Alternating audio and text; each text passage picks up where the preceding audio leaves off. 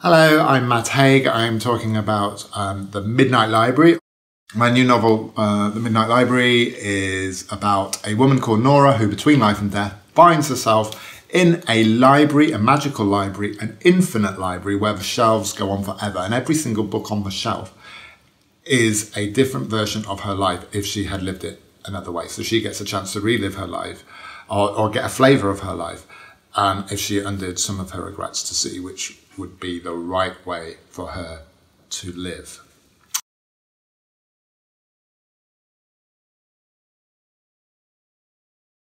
Nora deals with her decisions in her root life quite badly. She starts off in the book very depressed because she feels like she's made all the wrong decisions in her life. And now, when presented with this opportunity to get to see how things could have been different if she had pursued a swimming career, because she was a great swimmer and she gave it up. If she pursued that career and became an Olympic medalist, she gets to see what that would have been like. She gets to see the career where she's a top glaciologist working in Norway. She gets to see the career where she's a rock star. She gets to see how it would be if she was a wife and mother.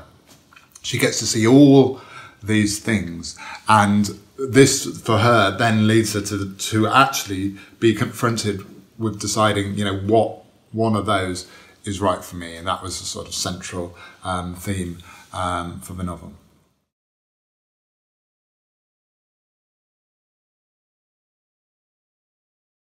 We're always in the one timeline we have, so we never know if things would be better or worse somewhere else. The only thing I've learned in my own life is very often the things we think are the things we really want or we strive for aren't necessarily the things that make us happy. And very often our worst experiences in life lead to some of the better outcomes further down the line. Like, for instance, I was quite ill in my 20s with mental health issues, and that was terrible, and I wouldn't want to relive through it. But so many things in my later life that have been good have only come about because of that experience, a sense of gratitude, a sense of sort of acceptance about where I am in life. So there's no way of knowing which life would be the perfect life for us, basically.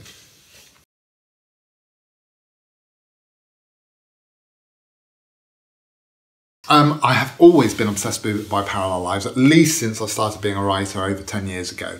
Parallel lives are fascinating to me, and in a way, whenever you write fiction, you are kind of writing a parallel life, because you are writing about a world happening elsewhere, you're writing about other people. So I think one of the reasons we read full stop is to inhabit parallel lives. So I think as a writer, all writers, even if you're not directly writing about parallel lives, you're kind of creating parallel lives. And I think especially in the internet age, where we're confronted with so many different possibilities of how our life could be, seeing so many people on our Instagram or Facebook or Twitter accounts or whatever it is, that we inevitably end up thinking, oh, what if my life was like this? Or what if I was as happy as this person? And so we're in an age where the internet has created the reality of parallel lives around us. And so I think we're all kind of consciously or unconsciously thinking about parallel existences.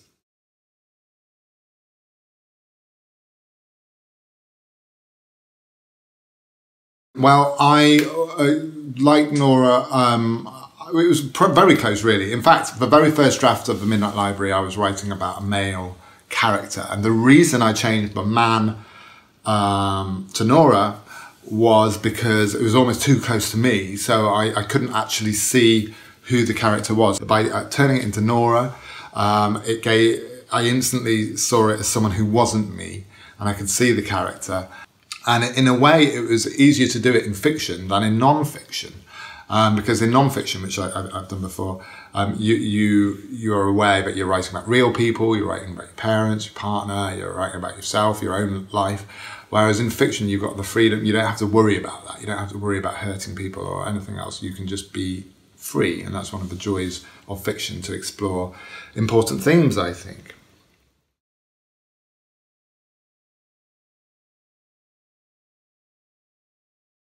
Yes, I think it does entail a responsibility. I learned that the hard way, certainly on Twitter, where I used to get into all kinds of arguments with people and wasted far too much time arguing with, I don't know, someone in Texas who would have a flag as an avatar, and I'd waste a whole weekend sort of trying to win them over to my political argument.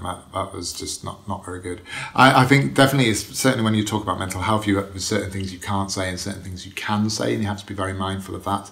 And also just in my own life, I've realised, especially in 2020, I realised that, you know, there's such a thing as too much, and you do need time away. There's a lot of positives about social media, especially as a writer communicating with readers, but there's also a lot of downsides, and I'm now making sure on Sundays I have scroll-free Sundays where I don't look at my phone or computer, and I try not to also take my phone to bed in the week as well. I just need certain times away. I'm the type of person who gets very addicted, so I need that mental space.